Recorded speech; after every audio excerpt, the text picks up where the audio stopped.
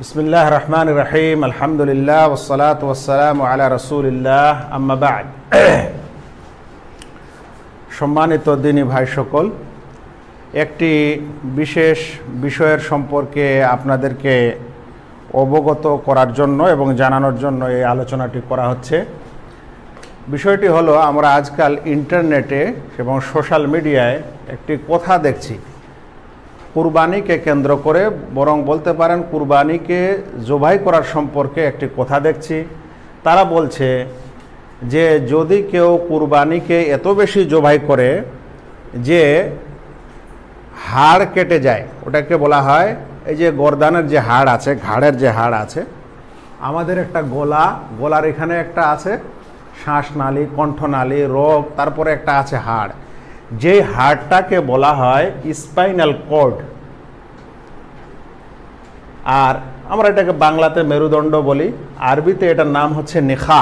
নেখা কিন্তু স্পাইনাল কর্ডটাকে বলে না, নেখা বলা হয় স্পাইনাল কর্ডের মধ্যে একটা রোগ আছে, সেই রোগটাকে বলা হয়।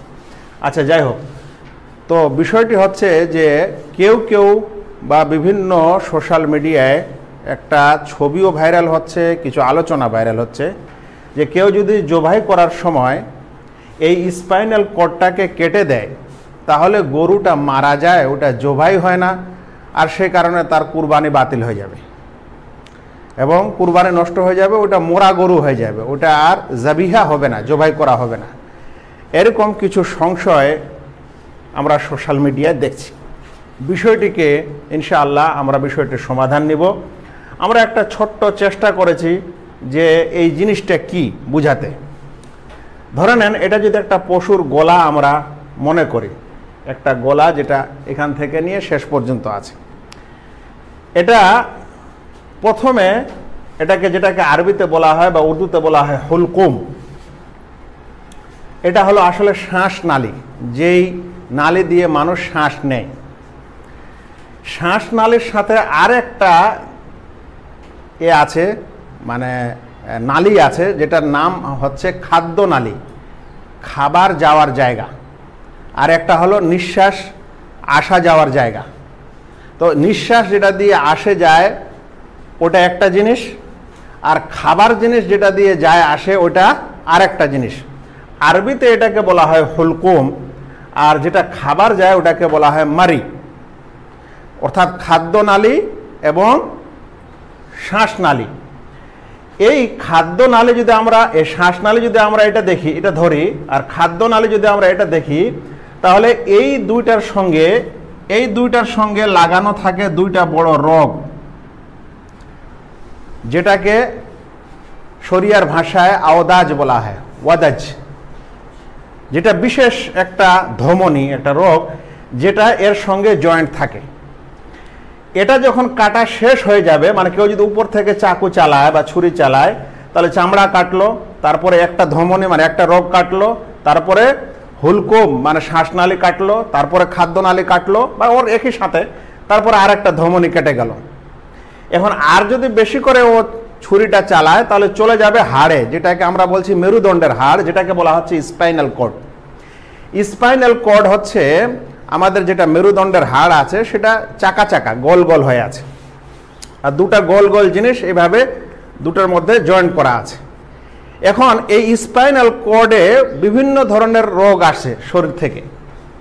ওই রোগগুলোর মধ্যে একটা বড় রোগ, তোমরা যদি কোনো সময় গরু ছাগল জবাই করেছো তাহলে দেখবে পিঠ ডাঁড়ার যেটা হাড় হয়, মানে মেরুদণ্ড হয়, সেই হাড়টা কাটলে ভিতরে দেখবে হাড়ের মজ্জা আছে, মানে মগজ আছে। ওই জিনিসটা যদি কেটে যায় শরীরে, তাহলে সেই মানুষটা যেখানে কাটবে একটা জায়গা থেকে আর একটা জায়গার কোনো সম্পর্ক থাকবে না, মানে সেন্সলেস হয়ে যাবে। সেই জন্য আজকাল সেন্সলেসের জন্য ইনজেকশন মেরুদণ্ডতেই করা হয়, কোমরে করা হয়। যেখান থেকে করা হবে উপরের সাথে নিচের সংযোগ, মানে এহসাস যাকে বলা হয়, সেটা নষ্ট হয়ে যাবে। এখন কিছু মানুষ বলছেন, যেটা সন্দেহ আমাদের শরীয়ত দৃষ্টিতে মানুষ পেশ করেছে, সংশয় বা শুভা, সেটা হলো এইখান থেকে যদি এই স্পাইনাল কর্ডে চলে আসে চাকুটা, আর এখানটা যদি কেটে দেয়, এই যে বললাম এখানে একটু চিহ্ন দিয়ে রাখছি আমি, মানে সাংকেতিক চিহ্ন, যে এখানে কিছু রোগ আছে স্পাইনাল কর্ডের মাঝখান দিয়ে গেছে। এখন চাকুটা যদি এইখানে চলে আসে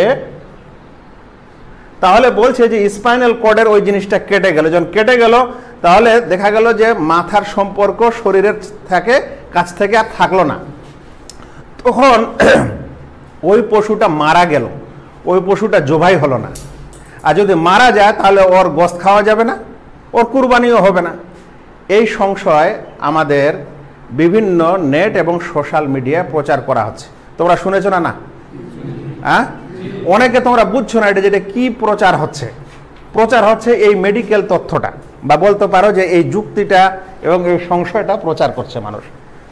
এখন আমরা জানবো যে শরিয়ার দৃষ্টিতে যদি কেউ এরকম করে দেয় তাহলে সেই জাবিহাটা, সেই গরু বা ছাগল যেটা জবাই করা হয়েছে সেটা খাওয়া যাবে কি যাবে না, সেটা মৃত্যু বা মাইয়েত ধরা হবে কি হবে না, মৃত ধরা হবে কি হবে না, এবং এরকম হয়ে গেলে সেই পশুর বা সেই জাবিহার গোশত খাওয়া যাবে কি যাবে না, আমরা এটা শরিয়ার দৃষ্টিতে জানব।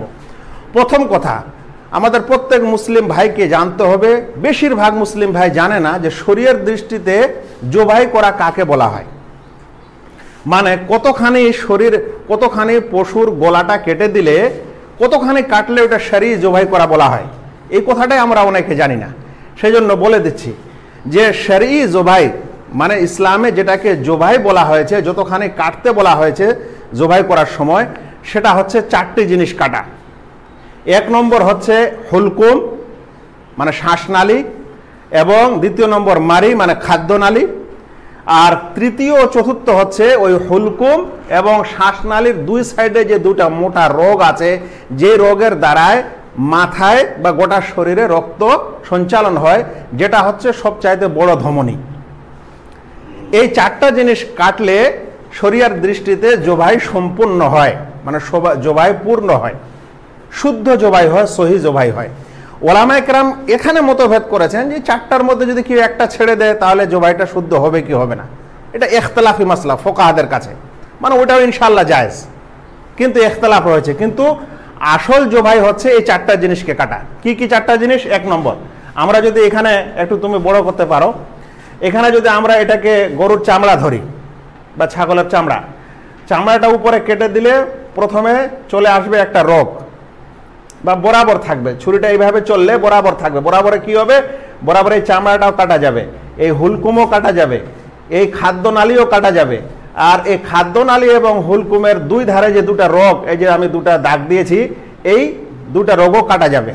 তাহলে মোটামুটি 4টা রোগ বা 4টা বস্তু যেটা কাটলে শরঈ জবাই হয়, ছুরি চালালে ওই 4টা জিনিস কাটা হয়ে যায়। আবারও বলছি, সেই 4টা জিনিস কি? 1 নম্বর হলো হুলকুম, যাকে বলা হয় শ্বাসনালী। 2 নম্বর খাদ্যনালী। আর শ্বাসনালী এবং খাদ্যনালীর 2 সাইডে 2টা রোগ আছে, মানুষেরও আছে। আর আমরা যদি সবাই দেখি তাহলে বুঝতে পারবো যে শ্বাসনালী এখানে আছে, তার সাথে খাদ্যনালী আছে, আর 2 সাইডে 2টা বড় রোগ আছে। এই 4টা জিনিস কেটে দিলে শরঈ জবাই হয়ে গেল। এখন শরঈ জবাই যখন হয়ে গেল তখন আর বেশি কাটতে হবে না, এখানে ছেড়ে দিতে হবে।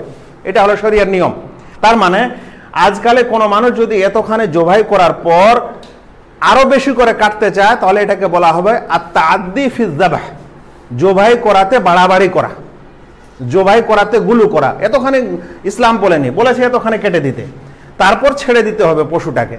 তারপর ধীরে ধীরে রক্ত বের হয়ে যাবে, শান্ত হয়ে যাবে, তখন গরুর চামড়া ছিলাই করতে হবে, বা ছাগলের বা গোশত কাটা ইত্যাদি তখন করতে হবে।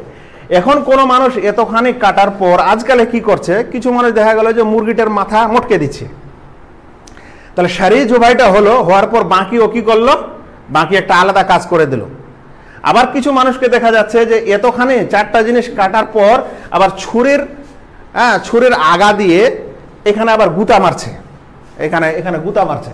তো জবাই হয়ে গেছিল, তারপরে একটা গুতা মারলো, যে গুতাটা স্পাইনাল কর্ডে যেতে পারে, যাওয়ার সম্ভাবনা আছে। এই জন্য কিছু মানুষ বলছে যে গুতা দিবেন না, কারণ স্পাইনাল কর্ডে চলে গেলে গরুটা তখন মারা যাবে। এখন কথা হলো, শরিয়ার দৃষ্টিতে এতখানি জবাই করার পর না ঘাড় মটকাতে হবে না গুতা দিতে হবে, এটা শরিয়ার বিধান না।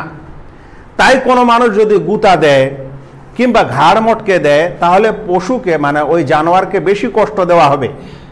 আল্লাহ রাসূল সাল্লাল্লাহু আলাইহি ওয়াসাল্লাম বলছেন, ফাইদা যাবাহতুম ফাহসিনু যিবহা ওয়া ইযা কাতালতুম ফাহসিনু আল কিতলা, যখন তোমরা জবাই করবে তো জবাইতেও দয়া করবে। এখন কোনো মানুষ যদি স্পাইনাল কর্ড পর্যন্ত কাটতে যায় তাহলে বেশি কষ্ট দেওয়া হবে, বা গুতা দেয় তাহলে বেশি কষ্ট দেওয়া হবে, বা ঘাড় মোটকে দেয় তারপরও বেশি কষ্ট দেওয়া হবে। এখন কেউ যদি এরকম করে, ঘাড় মোটকে দেয় বা দেখা গেল যে ছুরির আগা দিয়ে গুতা দেয়, তাহলে আমরা বলবো সে ভুল করছে এবং সে গুনার কাজ করছে। আর ও হয়তো জানে না শরীয়তের বিধান, তাহলে ওকে জানাতে হবে যে এই কাজ করা যাবে না, কারণ এটা করলে পশু কষ্ট পায়। আচ্ছা, কিন্তু কেউ যদি ঘাড় মোটকে দেয়, আর কেউ যদি স্পাইনাল কর্ডে মানে চাকুর মাথা যদি চলেই যায়, এমনকি যদি এটা গোটাই ছুটে যায়, মানে মাথাটা গোটাই কেটে যায়, বা বলতে পারো গর্দানটা গোটাই কেটে যায়, কেউ মুরগি জবাই করেছিল গোটা গর্দান কেটে গেল, ছাগল জবাই করছিল গোটা ঘাড় কেটে গেল, মানে উপর থেকে শুরু করেছে নিচে চলে গেল, ছুটে গেল, বা গরু তো ছুটে গেল, মানে যখন ছুটে যাচ্ছে তার মানে কি হলো যে স্পাইনাল কর্ড পর্যন্ত কেটে তারপরে নিচে যা কিছু আছে সব কিছু কেটে চলে গেল, এই না?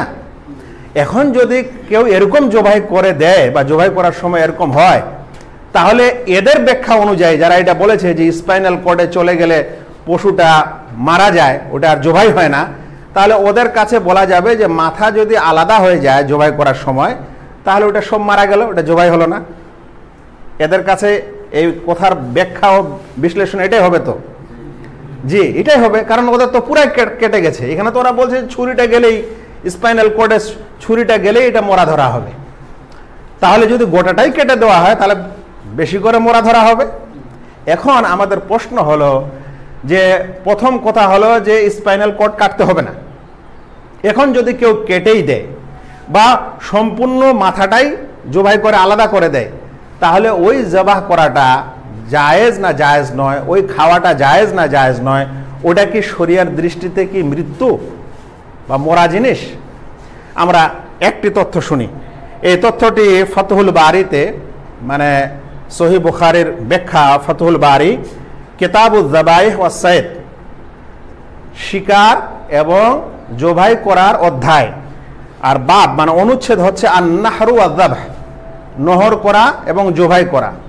এই অনুচ্ছেদে খণ্ড নম্বর 9, পৃষ্ঠা নম্বর 557 কি লেখা হয়েছে শোনো।